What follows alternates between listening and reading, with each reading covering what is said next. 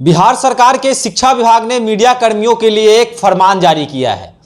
बिहार सरकार के शिक्षा विभाग के अपर सचिव ने एक पत्र जारी किया है जिसमें लिखा गया है कि अब मीडिया कर्मी हो, किसी भी संस्था के व्यक्ति हो, वह बिना परमिशन के जो है वह स्कूल में एंट्री नहीं कर सकते हैं। पूर्णतः बैन लगा दिया गया है और यह भी कहा गया है कि कोई भी शिक्षक जो है वह मीडिया कर्मियों को बयान नहीं देंगे।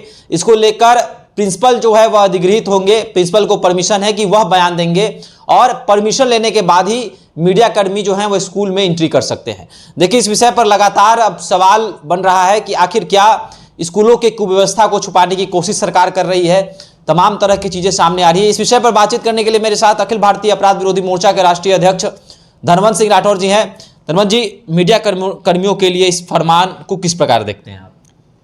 शिक्षा का मंदिर किसी भी राज्य का विकास का आईना होता है और कहीं ना कहीं जो सोशल मीडिया है, यूट्यूब चैनल भी हैं, विद्यालय में कहाँ शिक्षक क्या पढ़ा रहे हैं कि मस्ती कर रहे हैं, बच्चा से पैर दबा रहे हैं, जो विद्यालय की स्थिति भवन की क्या है, शिक्षक का पढ़ाने का स्तर क्या है, क्योंकि बहुत सारे टीचर ऐसे मिलेंगे आपको जो विद्यालय लिखने नहीं आता है, विद्यालय का स्पेलिंग स्कूल माने इंग्लिश है, स्कूल का स्पेलिंग नहीं आता है। यह बहुत सारी चीज़ें हैं जो कि विभिन्न चैनलों के माध्यम से प्रसारित किया गया। तो कहीं ना कहीं ये दिखाया गया कि बिहार सरकार का जो मुखिया नीतीश कुमार है, उसकी जो शिक्षा नीति है उसमें अयोग्य शिक्षकों को भर दिया गया है, अयोग्य शिक्षक को।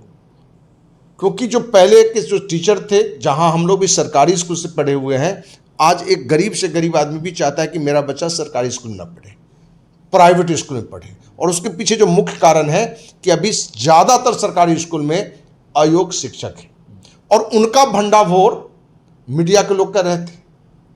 तो सरकार को लगा कि बार बार हमारा मुंह काला इस मीडिया के कारण होना पड़ रहा है, हमारी जगहसाई हो रहा है और बिहार नहीं बल्कि पूरे देश दुनिया में ये बात जा रहा है, तो क्यों नहीं जिस बात से फैल रहा है उसी को रोक दे।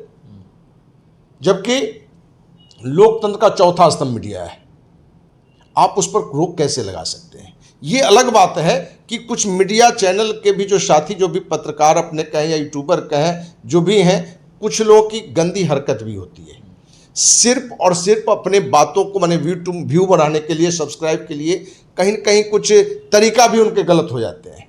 वो नहीं होना चाहिए और ऐसा कहीं होता है तो उन पर भी कार्रवाई होनी चाहिए थी। लेकिन यदि कोई ईमानदारी से जो स्कूल की स्थितियां दिखा रहा है, आपको बता दें, सरकार कितना भी ढिढोरा पीट ले, छाती पीट ले कि भाई हम बहुत अच्छा कर रहे हैं, अपने यहाँ आज भी बिहार के जो प्राइमरी स्कूल हैं, मिडिल स्कूल हैं, वहाँ शौचालय की व्यवस्था सही नहीं है। शौचालय है तो वहाँ गंदगी इतनी है कि कोई वहाँ जाता नहीं है। अब उस स्थिति में जो बच्चियाँ हैं, जो देश की बेटी है, समाज की बेटी है, उसकी क्या स्थिति होगी? सरकार को वो नहीं दिखा पा रहा है, क्योंकि बहुत सारे चैनलों ने उन चीज़ों को दिखाया है कि बाथरूम है तो ताला बंद है, बाथरूम है तो वहाँ गंदगी इतनी है कि कोई जा नहीं सकता है, या जो महिला शिक्षिका है वो कितना शर्मिंदगी को झेलती होंगी। तो ये सारी चीज़ मीडिया दिखा रहा था। तो ये मीडिया को दिखाने में ये सरकार की हंसी होती थी कि नीतीश कुमार जो महिला सम्मान की बात करते हैं, नारी सम्मान की बात करते हैं, वो कितना खोखला है, दिखावा कितना है, ये सामने आ रहा था। टीचर की जो योग्यता है वो दिखा रहा था, विद्यालय का भवन कितना भ्रष्टाचार है वो दिखा रहा था। आप कहते हैं कि शौचालय सब जगह है तो वो दिखा रहा था।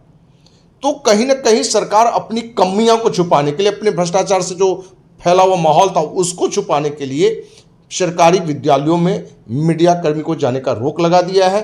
अखिल भारतीय अपराधी मोर्चा इस जो सरकार का आदेश है इसका कड़ा विरोध करती है और सरकार से कहना चाहेगी कि आप आज सरकार में, कल किसी और का भी सरकार होगा, आपका थोड़े ये बपौती है कि माने पीढ़ी दर पीढ़ी चलता रहेगा। तो मीडिया यदि आपकी कमियों को दिखा रहा है तो उससे बिहार का विकास होगा, बिहार का शिक्षा का विकास होगा। आपको अपनी कमी पता लगा तभी तो आप सुधार करेंगे उसमें। तो नीतीश कुमार को चाहिए कि ये जो आदेश शिक्षा विभाग दिया है उसको रोके, क्योंकि जो शिक्षा मंत्री भी हैं वो भी भ्रष्टाचारी अधिकारी थे, मंत्री हैं। तो कहीं ना कहीं उनको लग रहा होगा कि भाई इन पत्रकारों के कारण, इन मीडिया के कारण हमारी भी जगहशाही हो रहा है और कहीं ना कहीं नीतीश का इस पर दबाव होगा। क्योंकि पिछले 15 साल में बिहार का जो शिक्षा का स्तर गिरा है, हमारे जीवन में इतना बड़ा स्तर कभी नहीं गिरा है। जब मीडिया पर तो प्रतिबंध लगा दिया गया, कई तरह की तस्वीरें सामने सरकारी विद्यालयों से आती है। बारात जो है सरकारी विद्यालयों में ठहरा दिया जाता है, किसी का घर बन रहा है तो बालू गिट्टी ईटा जो है स्कूल के कैंपस में ही डाल दिया जाता है। और चर्चा ये भी बनती है, जब मीडिया कर्मी जाते हैं प्रिंसिपल से सवाल करते हैं तो प्रिंसिपल जो है मीडिया कर्मियों से लड़ने झगड़ने लग जाते हैं। और ये भी खबर आती है कि प्रिंसिपल पैसे ऐंठते हैं, लोग ग्रामीणों से लेते हैं और उसके बाद बारात ठहराते हैं, गिट्टी ईंटा बालू जो है अपने कैंपस में डाल देते हैं। तो क्या इन चीज़ों पर भी प्रतिबंध लगाने की आवश्यकता है सरकार को? इन चीज़ों पर भी ध्यान देने की आवश्यकता है प्रशासन को? देखिए, किसी गांव में विद्यालय है तो बारात ठहरता है तो ठहरना चाहिए, मैं इसका समर्थन करता हूं। क्योंकि गांव के लोगों को आप जो बारात आ रहे हैं, जो मैंने बाहर से जो आते हैं वो अतिथि होते हैं।